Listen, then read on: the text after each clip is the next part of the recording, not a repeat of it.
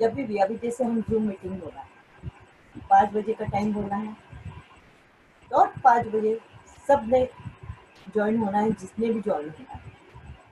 वो फिर 5:01 भी नहीं होना चाहिए, मतलब तुम सिंसियर और पंक्चुअलिटी में फेल हो गए।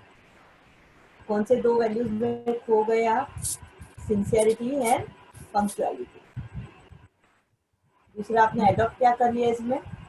अलबेलापन, है ना। केयरलेस हो, इसके लिए तुम नहीं टाइम पे पहुंच पाए, इसके लिए तुमने उस वैल्यू नहीं समझ पाए वक्त की, टाइम की वैल्यू समझ लो।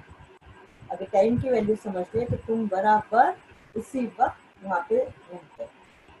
फिर ये कमिटमेंट हमने किसी भी साथ की हो, अगर समझो छोटा बच्चा ही क्यों ना हो, या किसी को फोन पे भी हमने किसी को कुछ बोला हो, तो वो एक कमिटमेंट होता है। इस कमिटमेंट को पूरा करना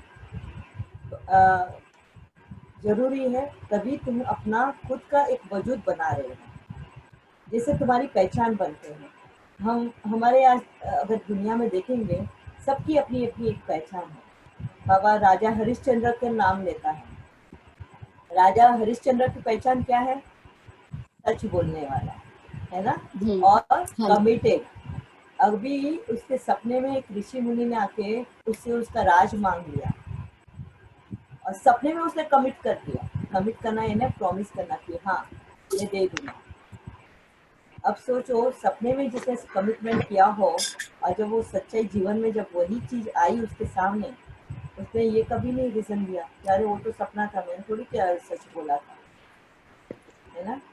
ये उसका, ये जो उसकी वैल्यू थी वो उससे पहचाना गया, है ना। ऐसे ही और भी है। राम देवता जो है, भगवान राम को आज पहचान है, उसका पहचान क्या है? उसको किस नाम से जाना जाता है? याद है? मर्यादा पुरुषोत्तम। वचन न जाए, वचन न जाए, प्राण जाए पर वचन न जाए। मतलब फिर से आ गया क्या? कमिटमेंट। उन्होंने कमिट कर दिया कि जो मेरे डैडी ने बोला उसको हुक्म मेरे को बजाना है, और मेरे डैडी का भी वचन है तो वो मुझे पूरा करना है। तो हो गया कमिटमेंट फिर से। दूसरा है मर्यादा पुरुषोत्तम, उससे भी वो पहचाने जाते हैं, मतलब जिन्होंने अपनी मर्यादाओं को कभी तोड़ा नहीं। अपनी मर्यादाएं, हाँ, जो एक आत्मा की जो मर्यादाएं हैं, उन मर्यादाओं को जिस आत्मा ने तोड़ा नहीं कभी, उसको वो टाइटल दिया जाता है मर्यादा पुरुष उत्तम आत्मा। तो ये भी टाइटल उनको दिया गया। दूसरा, और कोई ऐसे एग्जांपल्स याद आते हैं? सत्यवादी हरिश्चंद्र, मर्यादा पुरुषोत्तम राम, और भी बाबा बहुत आत्माओं का नाम लेता है। झांसी की रानी, ब्रेवरी के लिए, है ना। गांधी जी, महात्मा गांधी, जो कभी झूठ नहीं बोलता था, कितनी भी बड़ी कठिनाई आ जाए, कुछ भी हो जाए, वो झूठ नहीं बोलता था। और एक एग्जाम्पल है नॉन झूठ ना बोलने वायलेंस। का, नॉन वायलेंस के लिए अहिंसावादी। दूसरा सत्य, मतलब झूठ ना बोलने का एक और एक एग्जाम्पल बाबा देता है, वो है युधिष्ठिर का, 5 पांडवों का सबसे बड़ा भाई, उसका कि अगर किसी को भी कुछ सच जानना है किसी के भी बारे में, तो पूरी दुनिया किस पर भरोसा करती थी? जो युधिष्ठिर ने अगर बोल दिया तो वो सत्य, फिर वो कहीं पे भी इधर से उधर नहीं हो सकता। तो द्रोणाचार्य जो थे, उनका बेटा अश्वत्थामा, ठीक है, लड़ाई में कृष्ण को थोड़ा हेर फेर करना था, क्योंकि वो स्ट्रांग हो चले थे, अब पांडवों का साइड लेना था। अगर स्टोरी अगर आपको पता होगी, तो उस वक्त ये रूमर फैला दिया कि अश्वत्थामा शरीर छोड़ दिया, अश्वत्थामा मर गया था। और द्रोणाचार्य ने ये शपथ ली थी कि अगर उसका बेटा ने अगर को कुछ हो गया तो उसी वक्त उसके मतलब वो वॉर छोड़ देगा, वो लड़ाई नहीं करेगा।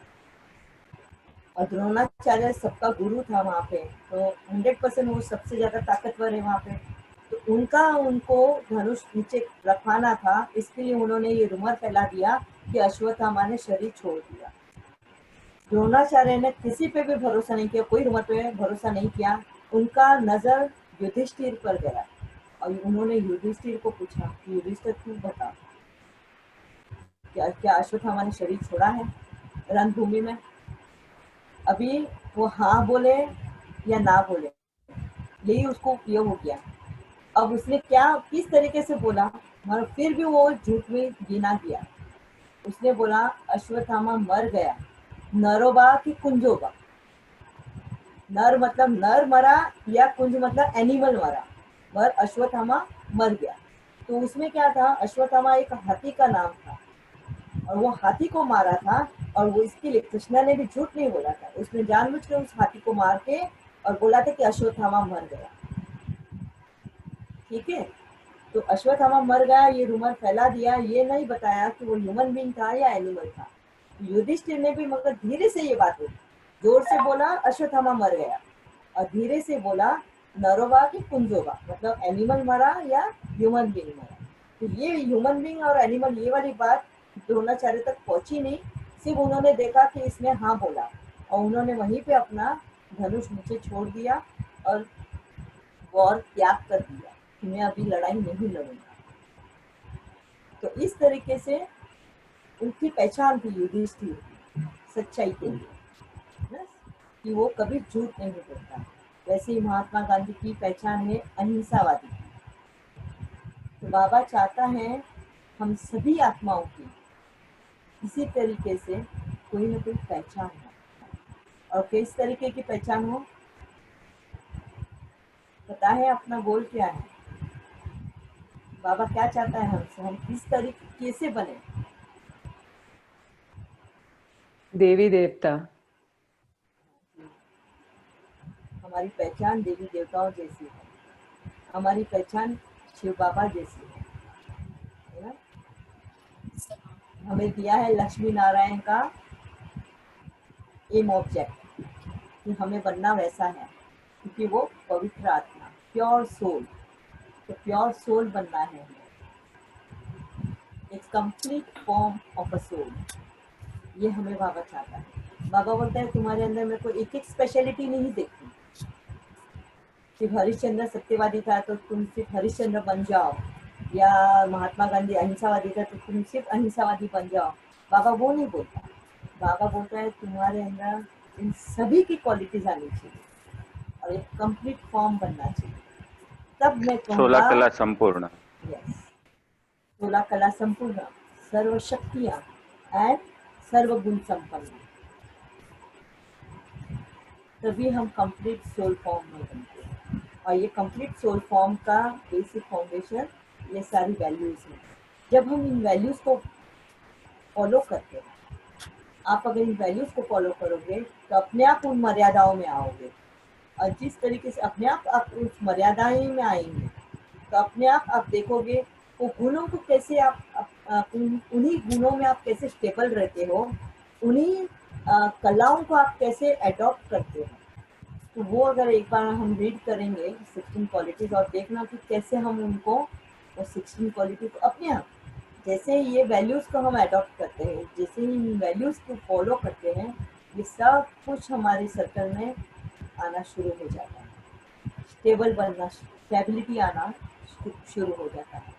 हमारा ग्राफ कभी भी ऊपर नीचे नहीं जा सकता। सच्चाई, अभी मैं सच ही बोलूँगी, कुछ भी हो जाए, अगर उसमें मेरा लॉस हो रहा है, परिवार का लॉस हो रहा है, किसी बदनामी भी हो रही है, और फिर भी मैं सच ही बोल रही हूँ, उसके लिए कोई झूठ की जगह नहीं। जैसे बोलते ना, अच्छाई के लिए अगर हम झूठ बोले तो उसको झूठ बोला नहीं जाता, कहा जाता, और ये भी एक रीजन है। बाबा ये भी रीजन सुनना नहीं चाहता कि अच्छाई के लिए अगर तुम झूठ बोल रहे हो तो वो झूठ बोलने की अच्छाई है ही क्या? अच्छाई अगर है तो वो अच्छा ही रहेगी, उसको झूठ से कवर क्यों करना है, क्यों उस अच्छाई को विकारों से कवर करना है? तो बाबा बोलता है अच्छाई के लिए भी अगर झूठ बोलना पड़े तो झूठ मत बोलो, सच ही बोलो।